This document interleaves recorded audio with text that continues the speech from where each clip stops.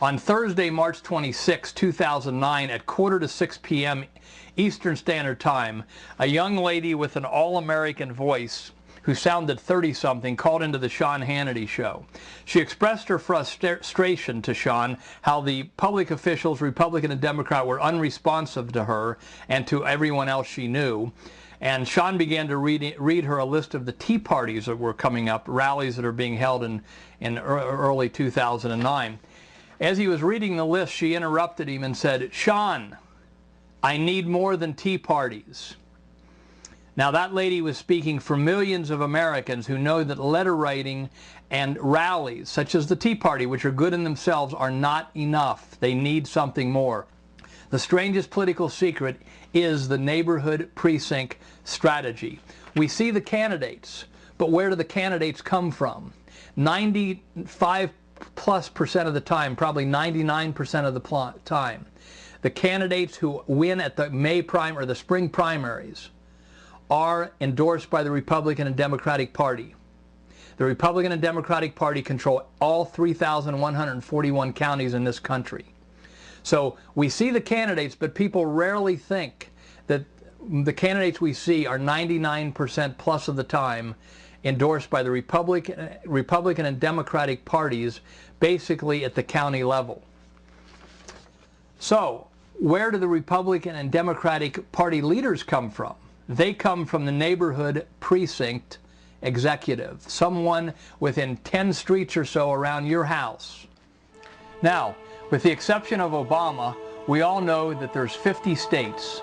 Those 50 states are divided into 3,141 counties. For instance, my state of Ohio is divided into 88 counties, and here's the state of Iowa is divided into 99 counties, and so on. There are, again, about 3,141 counties in the USA. Each one of the counties is divided into neighborhood precincts. My county in Cincinnati has around 1,100 neighborhood precincts. It's pretty large, but 100 miles north of us in Ohio is Knox County, Ohio, which has only 58 precincts. And each of these precincts is, again, about 10 to 20 to 30 streets around your house. Here's a Precinct 18, an actual map of Precinct 18 in Bloomfield Township in Michigan. You can see there's about 30 streets. Everyone who lives in this precinct votes at the same place. For instance, where I live in White Oak suburb in Cincinnati, we vote at the White Oak Senior Center. All the voters in your precinct vote at the same place. Here is a picture of someone signing in to vote in her precinct in Syracuse, New York. And all the other voters in her neighborhood precinct will vote at the same place. Now here's the big secret. At the May primary in Ohio, or the 2010 primary where you are, every even year primary, the voters in your precinct will elect the neighborhood precinct executives. The Democrats elect the Democratic neighborhood precinct executive for your and my precincts, and the Republicans in your precinct will elect the Republican precinct executives. Most people do not realize this takes place at the May primary. I didn't notice it. I'd been voting for 15 years or so in 1986 when I first noticed that I was voting for precinct executive every May primary. It's usually, if anyone's running, sometimes nobody's running, 1/3 of the precincts are vacant, but if anyone's running, it's after the coroner and the dog catcher, and it's usually unopposed. It's very easy for Americans to run for precinct. In Ohio, it takes 5 signatures. In Pennsylvania, I believe it takes 10 signatures. It's very easy. And we only need 200,000 or 300,000 people nationwide to do this. I mean, there's 3 million people that voted for, that were supporting Ron Paul, 3 to 4 million people that are worried about Second Amendment rights or the pro-life issue. We only need 300,000 or 400,000 people to run in these precincts to return us to constitutional leadership if the current party leaders don't shape up. So that's part of the secret. The other part of the secret is 1 month after your 2010 primary, or all the even year primaries, like in June in Cincinnati and Ohio, or maybe it's another, 1 month after your primary in your state, then the almost secret county precinct organizational meeting takes place for the Democrat and Republican parties. It'll happen on different nights, and the parties will go to the convention center in a big county, or the VFW hall, or a school gymnasium, and there on one night the Democrats, and somewhere else maybe on another night the Republicans, they elect the all-important party leaders. It is this meeting that they do not want you to know about.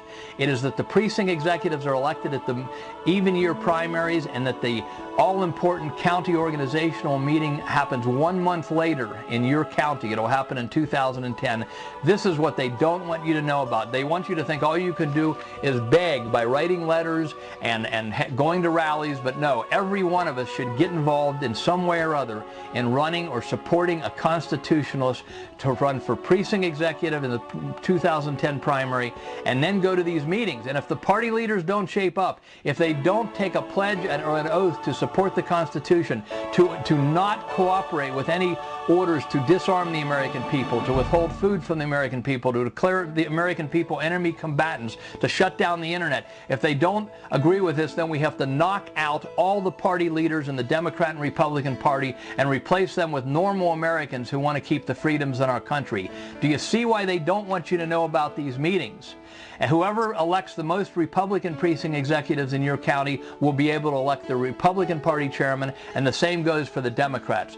This is the strangest political secret. This is why they don't want you to know about when the precinct executives are elected, what the precinct executives do, and about this all-important, almost secret county organizational meeting.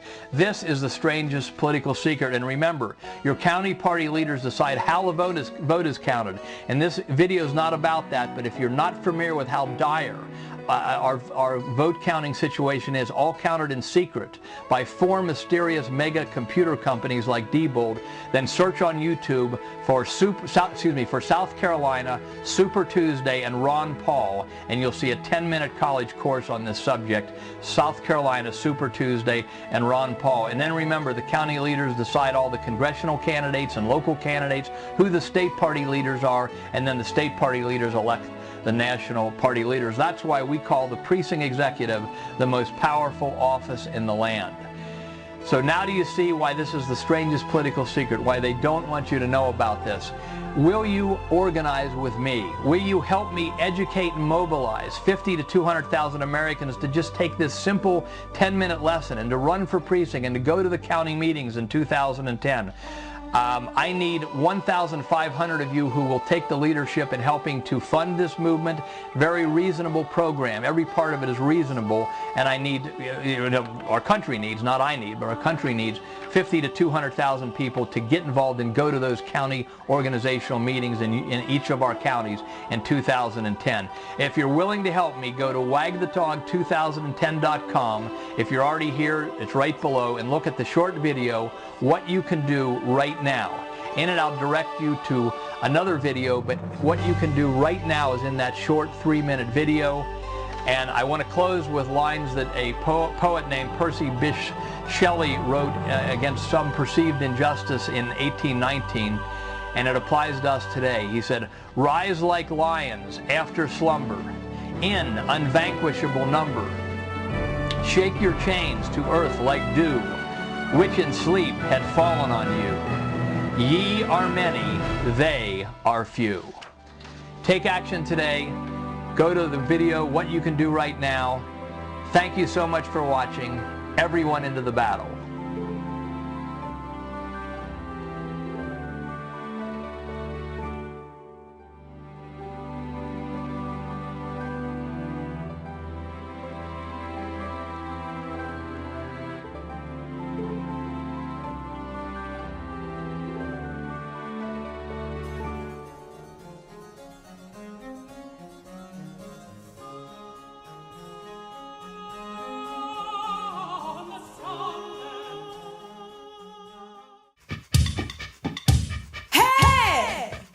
Is this my turn? You want me to sing?